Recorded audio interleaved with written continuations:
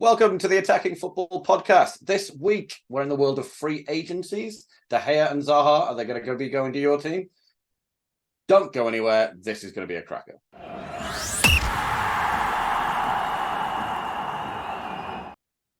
Hello, and welcome to the Attacking Football Podcast, your weekly deep dive into all things offensive in the beautiful game.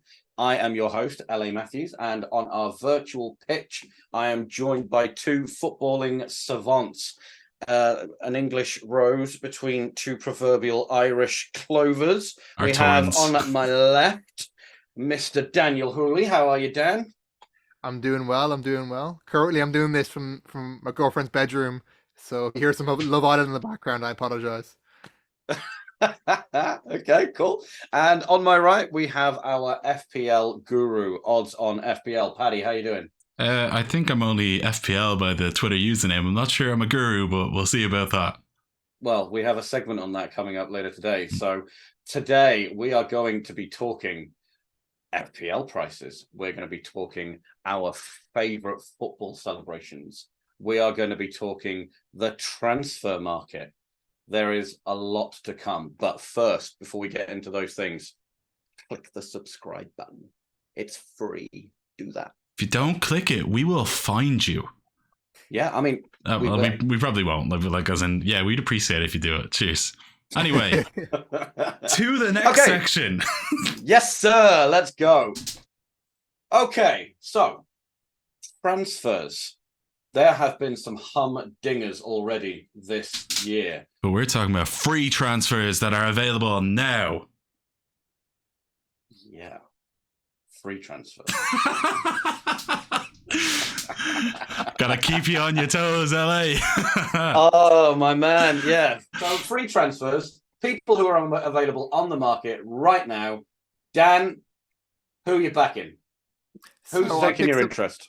I've picked some wild cards. So obviously there's the usual on the market, Martin Skriniar, the big names that probably have been linked with some big clubs.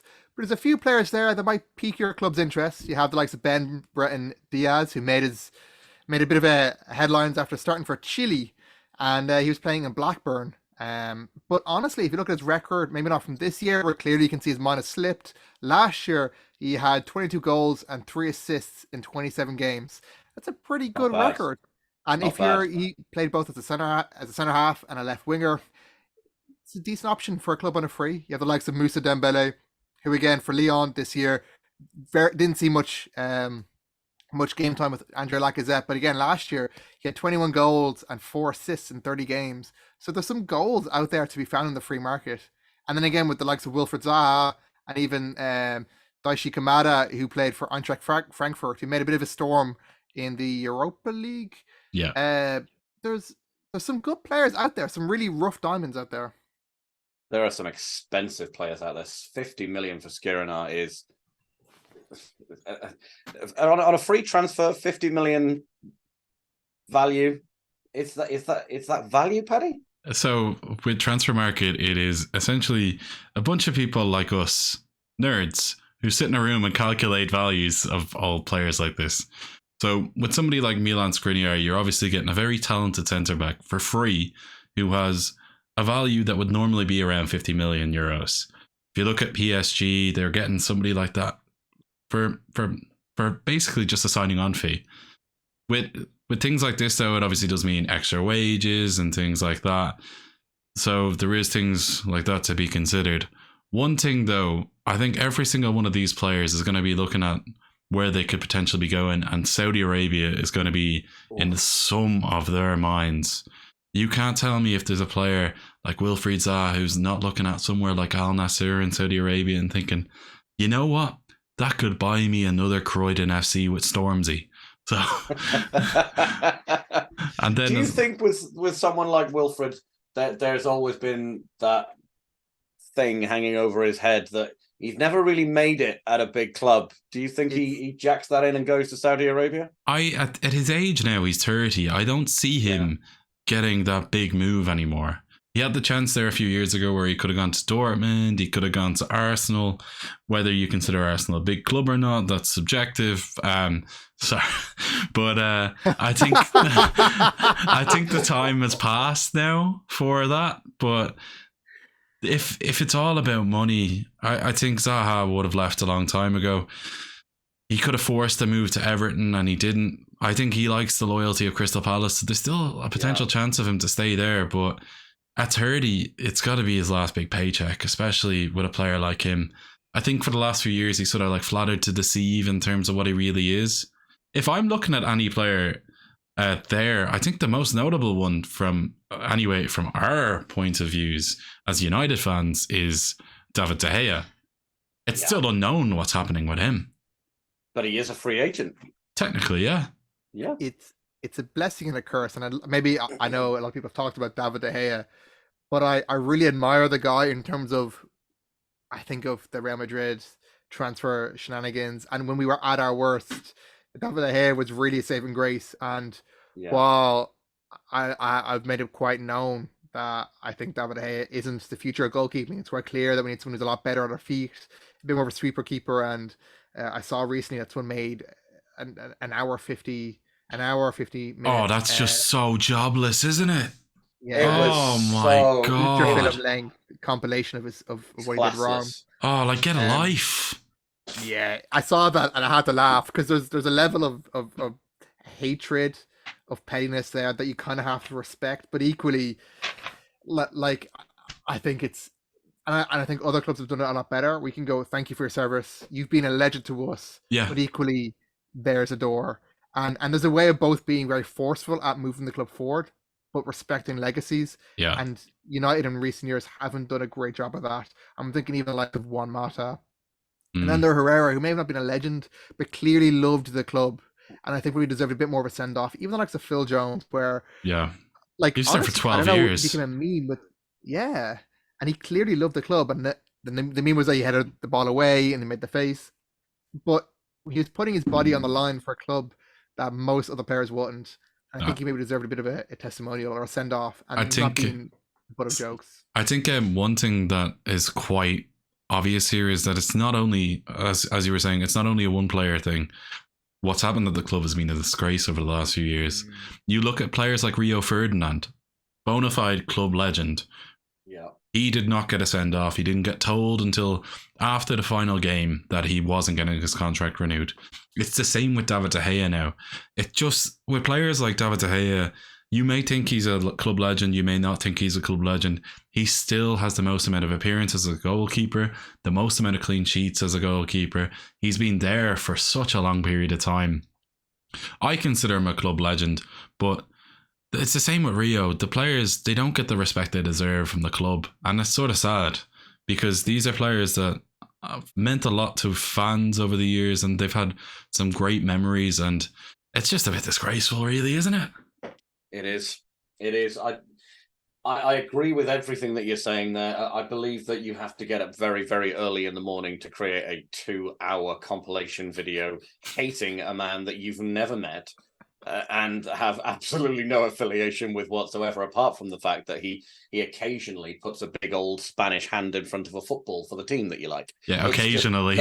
Occasionally. No, it's occasionally. Back in the day, it used to be, but yeah, no, not so much. I'll never forget that Arsenal game. Was it like 13 saves? Yeah. And then the double save he made. Still a record. Sanchez. Still a Premier League record for the most. Did David Raya not get it?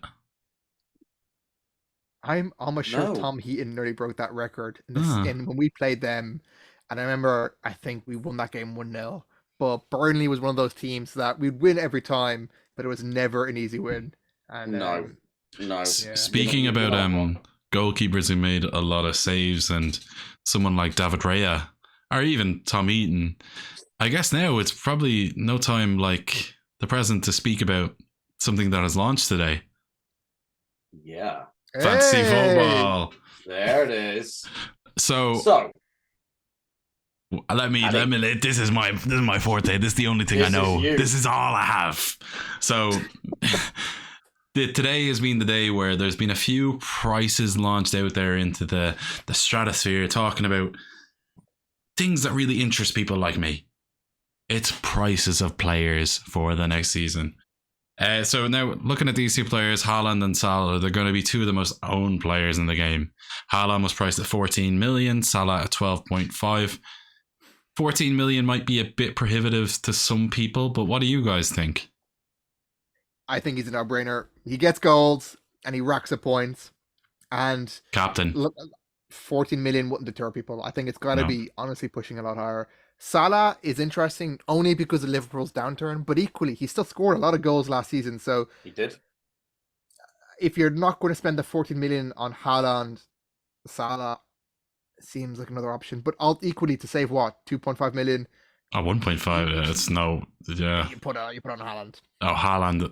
The thing is with Haaland last season, if you looked at Salah, there was games where you wouldn't captain him. You wouldn't be sure about captaining him. With Haaland, you captain him against anybody. Against Arsenal away, you'd captain him. He's just a bona fide 100% pick. I'd be shocked if he doesn't end up with 80% plus ownership by game week 1. So I think we're all pretty much set on Haaland, yeah.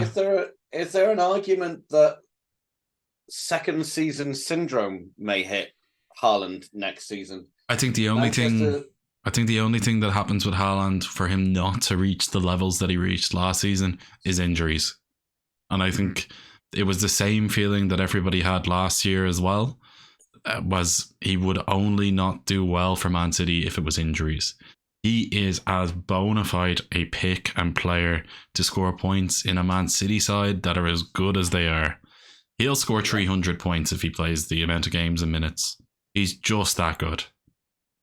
And the next big thing too is if everyone's picking Haaland and you don't, even if like you're gonna have to find a player that will constantly deliver. And the thing is, if he doesn't deliver, so does everyone else lose those points. So it's one of those things where even by trying to look for somebody else in and Haaland flops, that flop won't happen consistently as much as Haaland maybe has a sitter and only gets the 2 points for somebody else for a game or two. The risk overall, is those differentials won't mean as much, you know. The risk is way higher to not owning him than to owning him.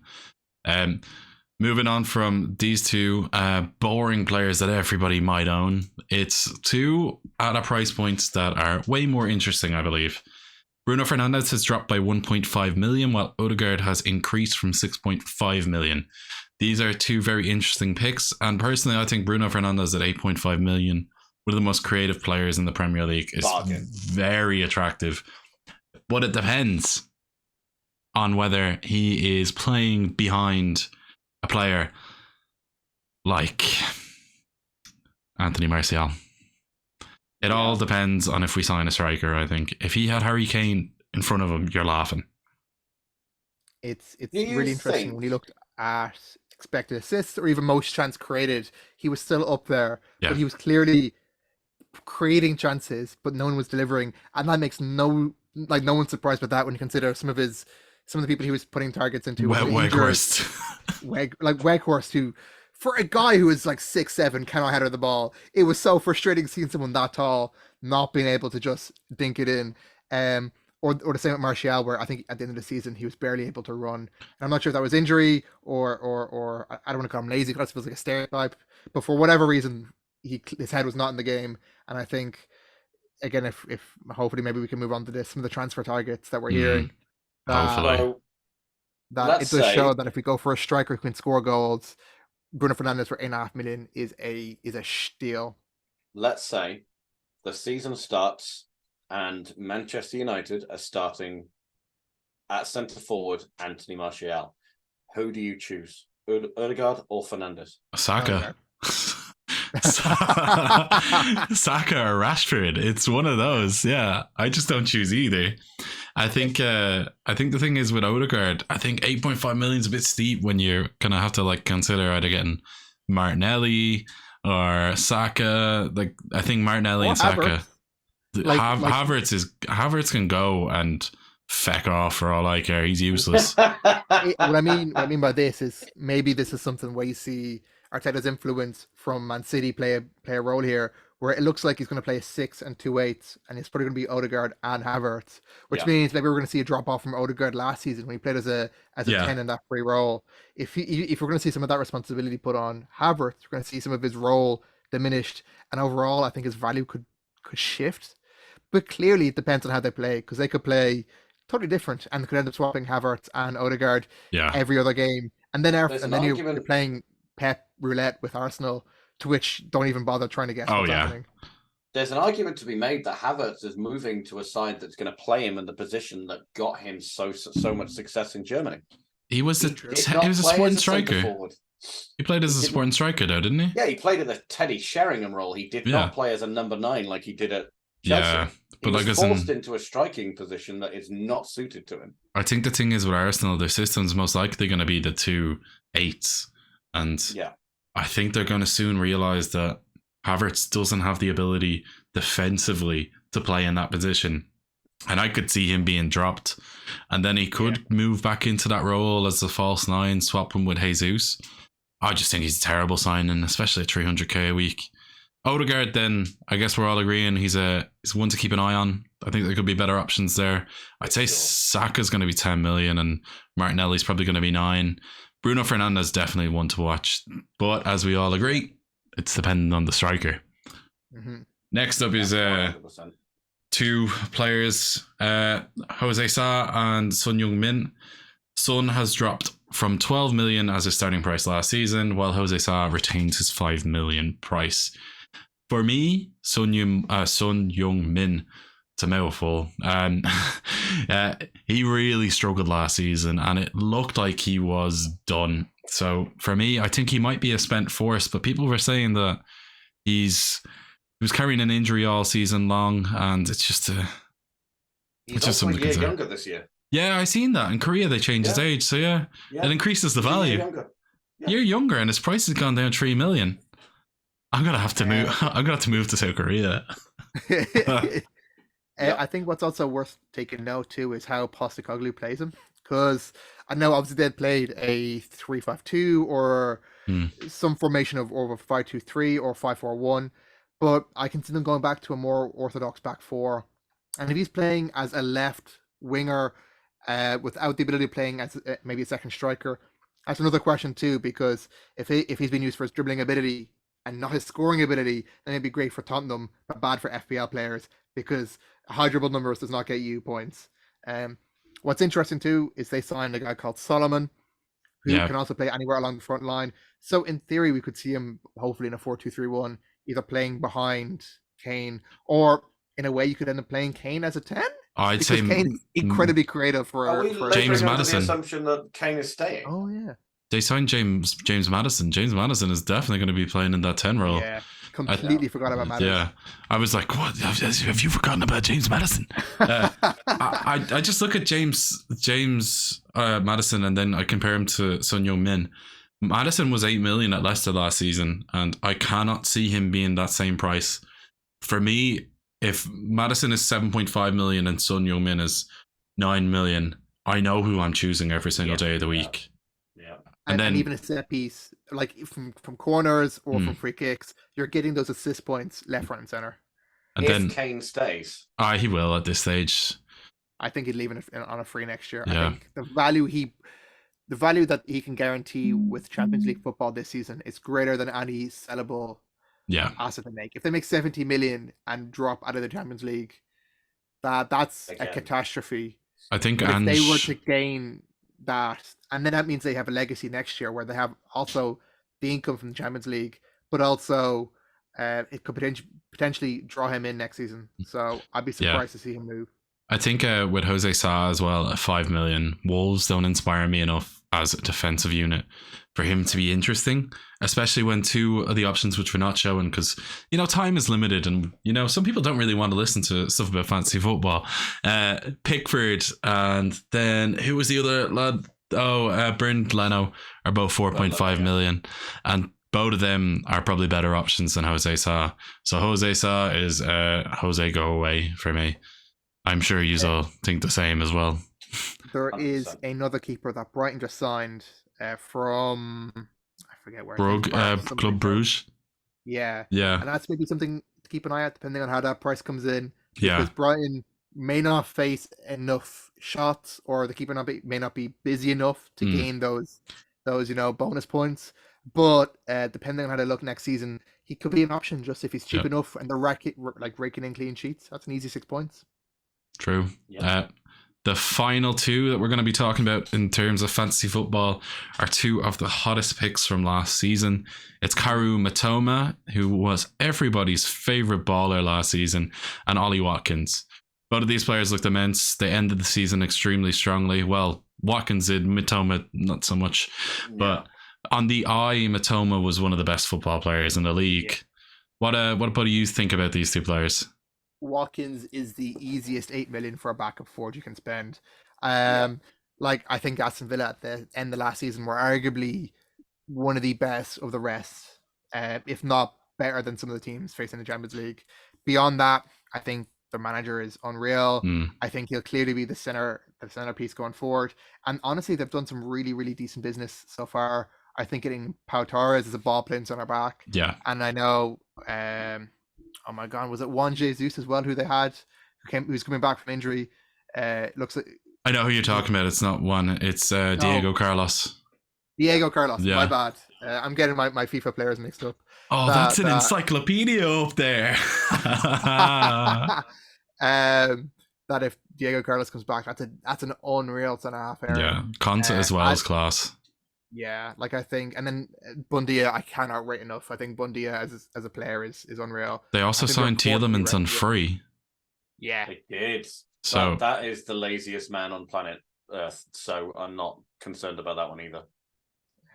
So I think Watkins for the first time really might look really, really good. Yeah. Mitoma, I might keep an eye on. What I mean by that is Brighton, and this has always been the case, teams that play in Europe for the first time struggle with the I guess that run of form. And of all teams, I think of Burnley when the first time they got to the Europa League.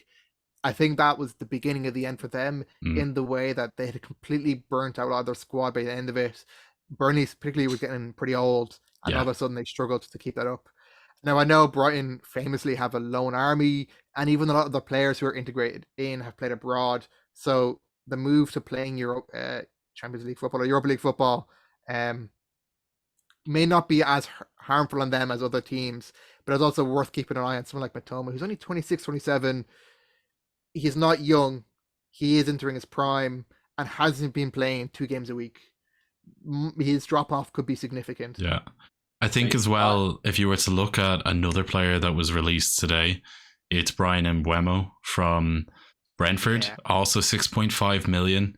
He's potentially going to be playing as a striker for Brentford since Ivan Toney likes to gamble too much. So if I was to punt on a midfielder and he was 6.5 million and it was between Mitoma or it was Bryan Mbuemo, it would be Mbuemo. I looked at the stats as well about expected goal involvement because I have no life. I was collating all these stats from last season, and Bryan Mbuemo had a 0.47 goal involvement per 90, which is incredible. So for a 6.5 million midfielder who could be playing out of position and as a striker who's taking penalties because Tony's still banned, that is serious value. And Bryan Mbuemo is going to be in my team without a shadow of a doubt. Well, unless he gets injured. What you're saying there, Paddy, is that we could be seeing a lot of celebrating from Mbuemo. This is true. I'm thinking about celebrations like that. Oh. What would be your favorite celebration? I know mine. Adebayor. I was about to sing a song that would get me cancelled, but I'm not going to sing it. We may have to stick a parental advisory on our podcast this week. Okay, yeah. There used to be a chant that fans used to sing about Adebayor, and I'm not going to sing it because it has not aged well. It has not aged well at all. No. For those of you who don't know what Paddy's talking about, Google is your friend. However, if you come across something that you find offensive, that is absolutely not our I did not make the chant. yeah, so Adi Boer's celebration against Arsenal for Man City after he moved between the divide is one of the best celebrations I've ever seen in my life. He managed to score at the opposite end of the pitch, and then to celebrate, he decides, you know what? I hate these shower of red Arsenal B words so much that I'm going to run from one side of the pitch down to the opposite and do an E-slide in front of them with your arms out like this and go. It was majestic. It was beautiful. It was one of the best celebrations I've ever seen. It's one of the most iconic knee slides I think I've ever seen, and there have been many a knee slide, but that one was just it was class, absolute class. I think it's up there with one of my favorite celebrations ever, but another one of my favorite ones would obviously be Richarlison's celebrations last season, how he celebrated and got yellow carded for taking off his top more than actual goals he scored, which is something that will be a piece of trivia back in the day. Who celebrated got a yellow card more for scoring a goal than the amount of goals they scored, and you'll win your trivia quiz. Did he celebrated a bunch of goals that were then subsequently ruled out by VAR, right? Correctamundo. Yeah. It was brought up in another podcast by two famous footballers, and then Ryan Mason, the manager at the time, slated Mikel Antonio and Callum Wilson for it. And honestly, one of the best things I've ever seen. Two footballers with a podcast laughing at the whole idea of it. Do you see, the thing is, they weren't even slating him; they were backing him. Like they weren't calling him bad, but equally, it is a bit, and it's funny. He'd have to admit it is a bit embarrassing. Yeah, that you've had that's been the case so often. And like I remember when Dan James scored an equalizer very early on in his United career. And I think he went to the crowd putting his arms out. And I remember Rashford like pulling him back. He was like, "It's the equalizer. Come on, mate. Don't be celebrating here." There's levels to this. I believe there's another celebration that somebody wants to talk about as well. A little bit, yeah. I think this is by far and away the most creative celebration that I think I've ever seen. So for those of you who don't know, Hull City against Manchester City in 2008. Hull City conceded 4 goals before half-time, and rather than taking the players into the dressing room to give them a right rollicking as you would, Phil Brown left the entire squad on the pitch, sat them in a circle, and berated them in front of the entire crowd. Iconic. It was actually quite controversial as well. It was in every newspaper, every talk show was talking about it. And then we all know Jimmy Bullard is something of a lad, don't we? He's hosted Soccer AM for a few years. He's a bit of a geezer. Rest in peace. To have a bit of a Soccer AM, not Jimmy Bullard. Yeah, I was gonna say, Jimmy. What's happened to Jimmy? I think he nearly got into a couple of scraps with Duncan Ferguson as well, didn't he? Oh, that's a really funny video. You see him like looking like this. Yeah, no, that's great. But the reverse fixture, Jimmy scored an equaliser against Manchester City, and to celebrate, he grabbed the entire starting 11, sat them down on the pitch, and gave them the wagging finger all the way around as a little to Phil Brown. It was really funny, and it's so in keeping with the level of humour that Jimmy Bullard has brought to football over the years. Honestly, I'm surprised it didn't land him on the transfer list. I think it did. Speaking about transfers, that is a segue. That is a segue and a half. Oh, sorry. I should be better than this. But yeah. Why? Yeah, I think the crude segues is becoming something of a staple of this podcast. Yeah, as I would say, a niche, but as our missing host today would say, Tom, why am I holding a toothbrush? I've been holding a screwdriver. I have a mini screwdriver. Yeah, but yeah, as our American host, Tom, who's missing today, he's enjoying his time off from the pod. He would say a niche. It's my little niche. It's my little niche. But yeah, so We're going to talk about some of the transfers and what's happening and what's not happening in the world of transfers right now. So, LA, I'm going to let you take it away. What are you thinking about transfers? I am thinking about potential transfers as opposed to completed transfers. Potential transfers, the one grabbing my eye at the moment is Manchester City are about to sell an academy goalkeeper for £19 million. Yeah. Whilst we are about to sell a Premier League proven goalkeeper who is reportedly one of the hottest young goalkeepers in the world for 20 million. And I don't quite understand. Gents, can you talk me through this? I really don't understand. I can explain it. So, okay, yeah. Man United are selling a player from Old Trafford, and the player that Man City are selling is a young Trafford. Oh, I see. Yes. So it's an age thing. That was horrific. Oh, I'm so sorry. No, but that was horrific. Yeah. There was the deadpan nature of it which helped, I think. But I'm sorry. But it's just testament to Man United not being able to sell at all. I think it just reeks when you look at players like Ethan Laird, who's been sold for 750k, and then Zidane Iqbal, who's been sold for under $1 million. I just don't understand how these players haven't been sold years ago for more.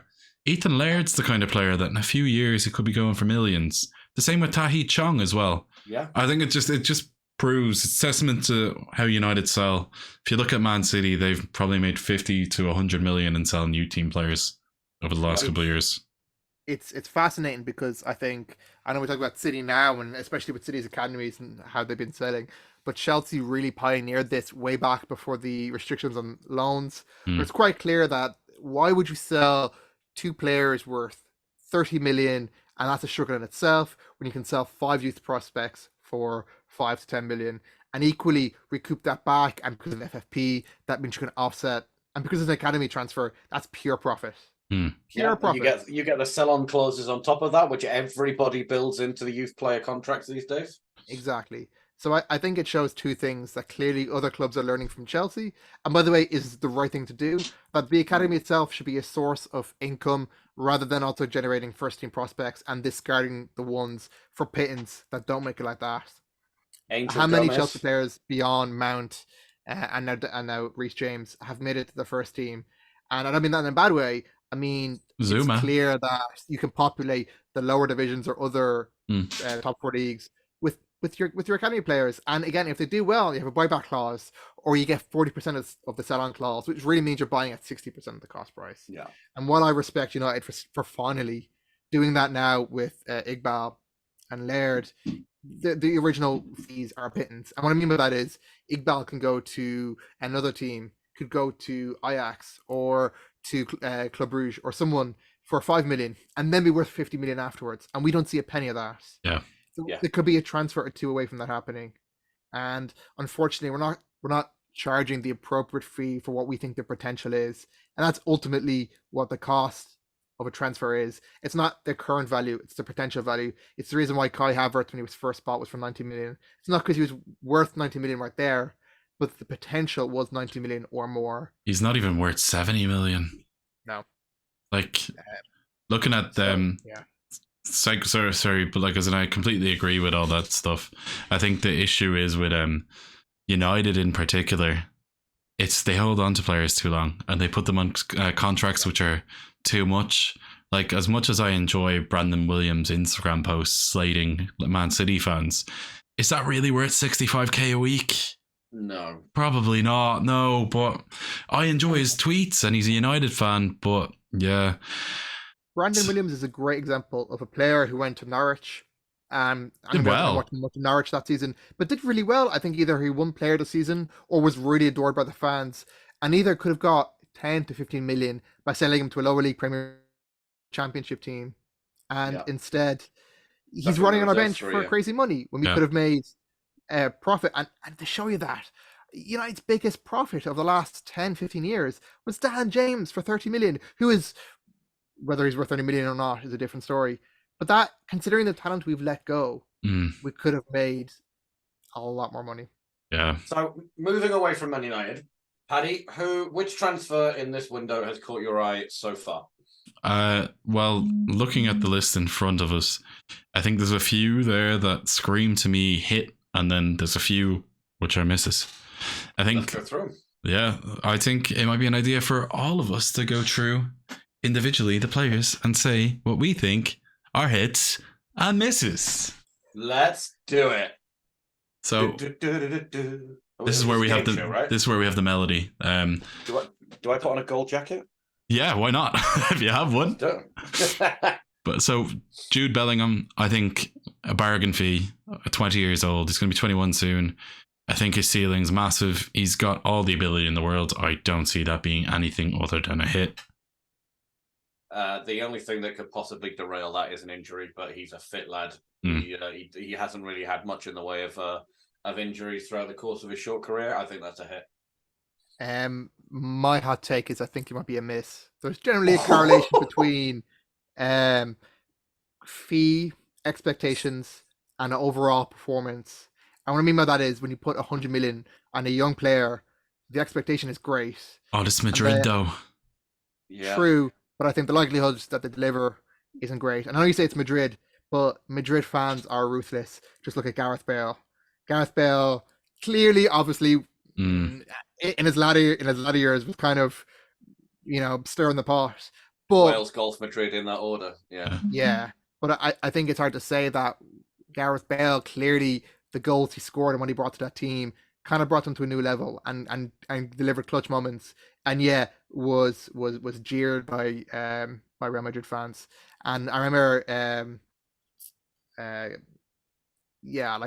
think it's a lot of pressure to put on a young player, and I really want him to succeed, but I'd be surprised if he does.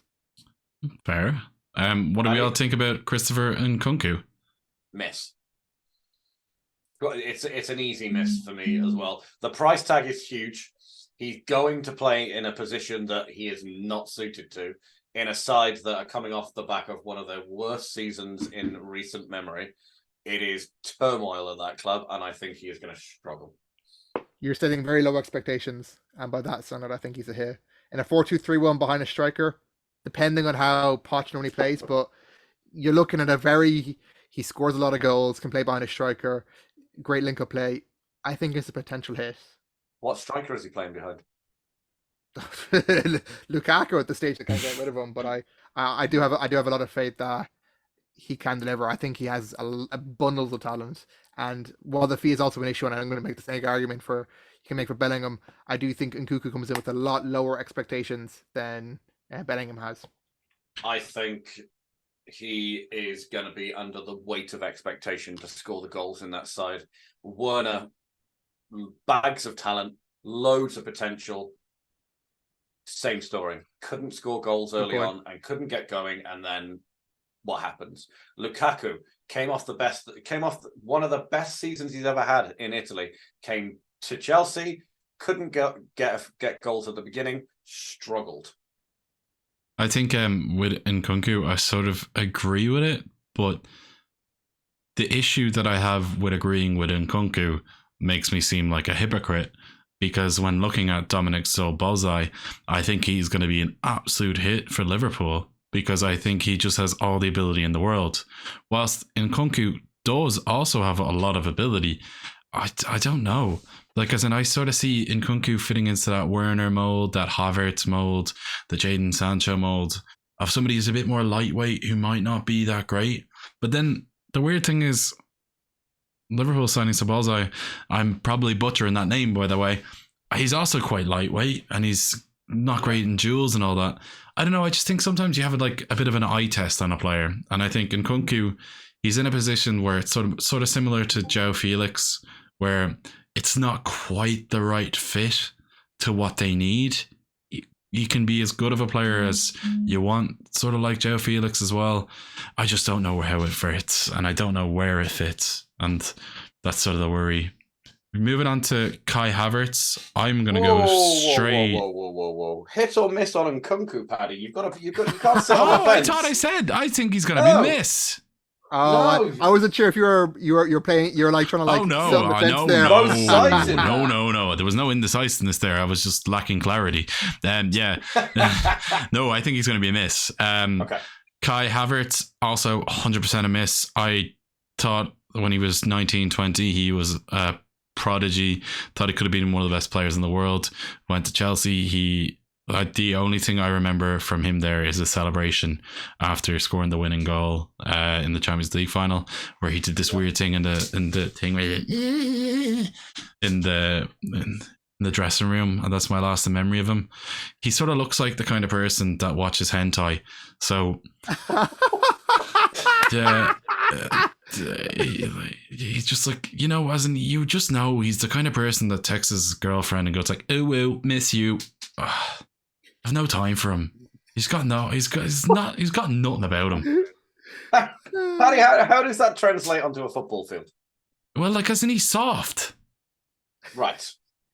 Okay, because I really couldn't see a link there anyway. Yeah. So I just thought you were rinsing the guy. He's soft. He has no balls. You need a bit of grit in the Premier League, and he can't. He's not a striker. He's not a midfielder. He's not an attacking midfielder. He's too slow to be a winger. I don't know what he is, apart from somebody who watches hentai at the weekends. So yeah, he's a miss. For what it's worth, with Kai Havertz, you're right. Back at Leverkusen, I wanted him over Bruno Fernandes because there was a point where we were kind of stuck between the two. Yeah, he's immense. And I looked at Kai and I went, do you know what? That kid has got something about him.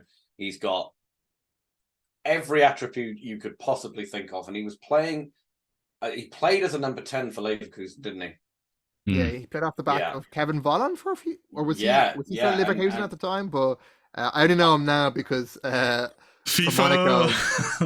For Monaco, me and my roommates, we love playing as teams, and Monaco specifically in FIFA 22 was a different beast. So I wanted him for United back then, and he went to Chelsea and he struggled. But I honestly think he's going to go and fit like a glove into this Arsenal side. I think he's going to be in a position where he can play with the kind of freedom that he wants. He's not going to have to keep the discipline of trying to stay absolutely forward and be that link man between the midfield and the striker. And I think he'll flourish. I think he'll be a hit. I think so. Yeah, as I said earlier, if Arsenal are going to play that 4-3-3 that Arteta was inspired by, or I guess used when he was under Pep, and you see, I guess Odegaard as a De Bruyne figure and Kai Havertz as that silver figure in those 2 eights. If it works well, it works really, really well. My biggest concern is I don't think Kai Havertz has a defensive work rate to play as an 8. And therefore you have a player who, and especially in this era of Premier League footballer, where you've got to have a team singing on the same hymn sheet. They've all got to be finely tuned. That if you have one player who isn't executing the press well, or one player who is dragging their feet, it can really, really hit your team or hurt a team. I think if he has that defensive presence, if he has that ability to play a tackle or be the first line of a press, it's a different story. I think it's a big gamble for the money he's paying, and they could have easily got McAllister for cheaper with that ability and that ability to play in that 8 role. I think it's a risk, and I don't think it's going to pay off. He is worse defensively than Maddison. I'm not a fan of Arsenal too, and I think that the team I despise the most. So equally, that's playing a lot of bias here, because of all teams, I want to see Arsenal kind of. I hate them as well. Not succeed. So, which side of the fence are you? Which side of the fence are you on? I don't hear fail. I think he's going to fail, but I'm just saying that I can see where their ideas are going, but I think Havertz is not the person to execute that. Yeah, I don't think it's a fit either. On my own with that one then. Next up is Dominic Soboslai, hit for me. I've watched him a lot in the Bundesliga. I've watched him play for Hungary as well. I think this kid is potentially world class, and Liverpool have gotten a player who I would have loved to sign for United. Genuinely, I think he's got a bit of everything. He can shoot, he can play right attacking mid, centre mid. He's got so much about him. I think they've got a superstar here. How do Liverpool cope with him and Alexis McAllister in the same midfield when they have a 47-year-old Fabinho sitting behind them. McAllister played as defensive mid for Brighton quite a lot last season, and I think. But as in, if he plays alongside Fabinho more as a deep sitting midfielder rather than defensive mid, and plays alongside Fabinho and gives more attacking impetus to Dominic, I think he'll get more chances offensively. And as well, they still have Thiago, even though I think he's going to Saudi Arabia. Yeah, I think he probably will. The same vein as what Arsenal are trying, I think it's also pretty clear that Liverpool are going to stick with a midfield three of a defensive six, and the 2-8s, both of them being McAllister and good luck. I call him Dominic because I do not want to butcher his surname. Dom. But it's pretty clear that I think that pairing could succeed a lot better than what Arsenal are trying with Havertz and Odegaard. And it's slight on Odegaard, but Odegaard is a number 10. I think we're asking two number 10s to play that defensive work rate. It's not going to happen. That's not the case for Liverpool. I think this is a great signing, both McAllister and Sabalsky. But the big question then, who plays at that 6? Just because you have two elite 8s, but you have Fabinho who cannot walk, like never mind run. I think their success depends on the player behind them. They also have Bajcetic. Oh, Jesus Christ. Would they sign players with names that are easy to say? They've got that young lad, Bajcetic as well. He was quite good as well. And now I saw something about him, and then it seems like nothing, but on Twitter there was a great analysis done when he was playing last season. And when he's on the half turn, when he receives the ball, he turns into the player coming towards him rather than away. And that is something that he got away with a lot. And I think attackers, especially again in a pressing system, and you look at the types of managers in the Premier League who are so detail orientated, that would absolutely destroy them going forward. Maybe they could play Henderson as that 6th role. And I think the difference from this season compared to last season is the intensity of the games completely change in terms of you're not going to have a World Cup in the middle of it.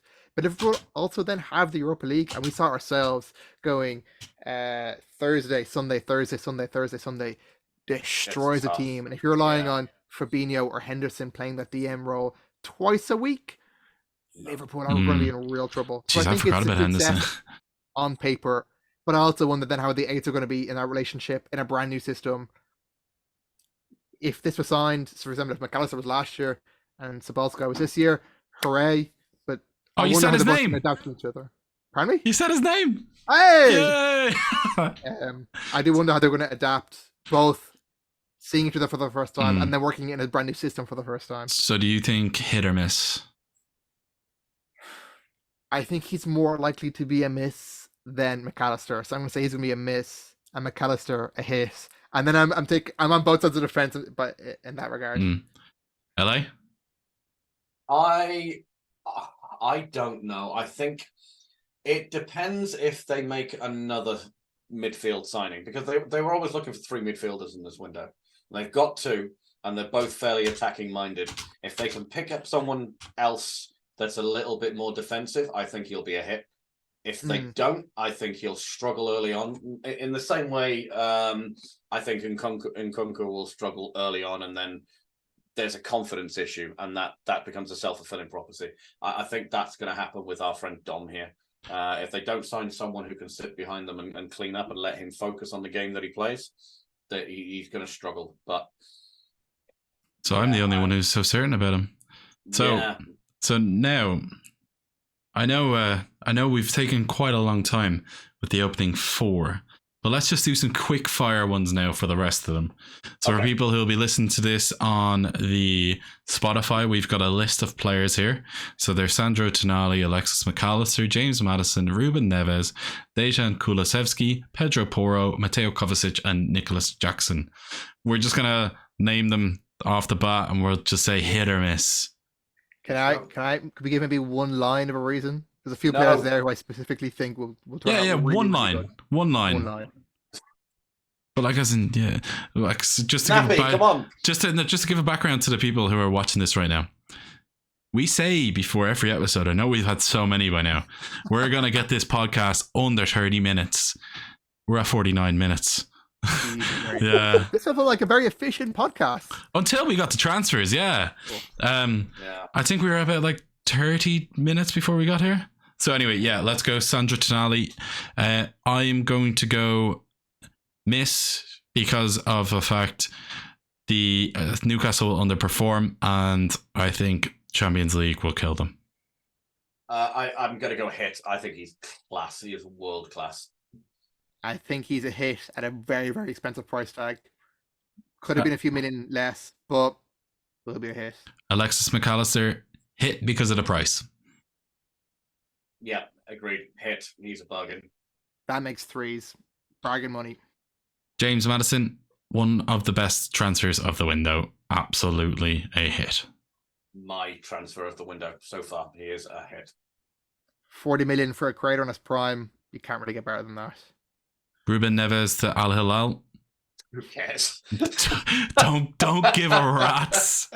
I think it's a success for him, purely for the money he's on. Yeah. I saw a great thread about how how footballers struggle after retirement. Sometimes it's in terms of making money. Don't think I'll have to worry. For him. He's retired at 26. To be fair, like, listen, he could be boxing over there for all I care. Dejan Kulusevski to Spurs. They confirmed that deal for 30 million. Hit. Hit. It is incredibly rare to get a right winger who can play on his left foot. You can buy him for 30, sell him for 60 this transfer window alone, even after a bad season. Hit. Pedro Porro for 40 million. Yes. This is one that I might sit in the fence. I'm not sure he can play right back in a 4-man defense, so I think it's a miss. It's got to be a miss unless he wants to play unless he wants to take Kulevesi's place as playing as a defensive right winger. I'm just not sure. Mateo Kovacic to Man City. I think he goes into a well-oiled machine, no pun intended, and that is a great pun. And I think he does well there. I think at 29, he's still got a few years left in the tank, and I could see him not as a key man, but as definitely a rotational pick who'll play well. I think he won't play at all. I think he'll maybe coach. That'll be it. I don't think he gets into this City side, even with Gundogan leaving. I don't think he starts again. I think his greatest asset is beating the press, and I think that's a big attribute to bring to Man City, especially in the Champions League. It's a hit for the price tag as well, and how much money Man City can conjure up out of nowhere. Yeah, 30 million is great. Price tag for me is the main reason, and Premier League winning experience. Nicholas Jackson next from Villarreal to Chelsea for 37 million. I am going to go with a hit purely because of the fact the expectations on him are so incredibly low, and it's not a big name, and any big name striker that's gone to Chelsea has not been a hit. So I'm going with, they've changed their sort of direction, so yeah, hit. I think it's a decent thing. Like you said, it's not much of a name, so there's not going to be an awful lot of pressure. So he could do well. Let's give the kid a chance. Let's say hit. He's a striker gone to Chelsea. It's a miss.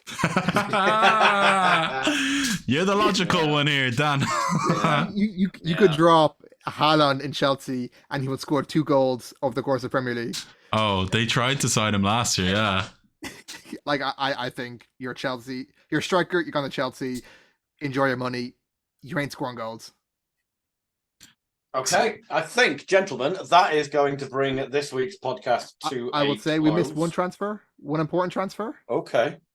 There's a certain Money Mace on his way to United. That transfer hasn't happened yet. It's going to be confirmed by the time this is. Do you think so? Yeah, it'll be confirmed tomorrow, like. No. So Manchester United don't announce transfers when they're supposed to. The medical was today, like it will be announced tomorrow.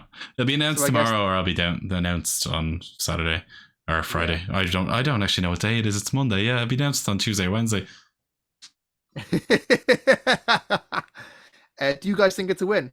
Do you think that's a good or bad move? I think he has the attributes of Christian Eriksen with the legs of a 22-year-old. So, yeah, I think he'll be a great player who fits into the system that Erik Ten Hag wants to play. I was really worried with what you were going to say there instead of legs. But yeah, I think I think I would have rather James Maddison. I think he's probably a worse player than him, but I think in terms of an improvement over Eriksen, I think it is an obvious one. We also need more depth in that position, and I think it gives also a homegrown player. I think it's a hit, but it's a very close miss. Ooh, I have a lot more optimism. Controversial. Ten Hag likes the midfield constructed a very specific way, and you look at his last Ajax team. He likes a creator, he likes a progressor, and he likes a defensive person. Clearly, Casemiro's that defensive person. That creator is obviously Bruno, and I think if Mount, he's unreal at breaking the press, unreal at creating a press. His off the ball ability is unreal. I think it could be a real hit. Okay, well, there you have it. So, if you don't mind, gentlemen, I'm going to bring this week's podcast to a close, and I am going to ask the viewers 2 questions. Number 1, leave in the comment below who you think the transfer of the summer so far has been. Number 2, is Mason Mount going to be a hit or a miss at Old Trafford? We will see you guys next week. Don't forget to subscribe. Thank you very much for watching. Peace.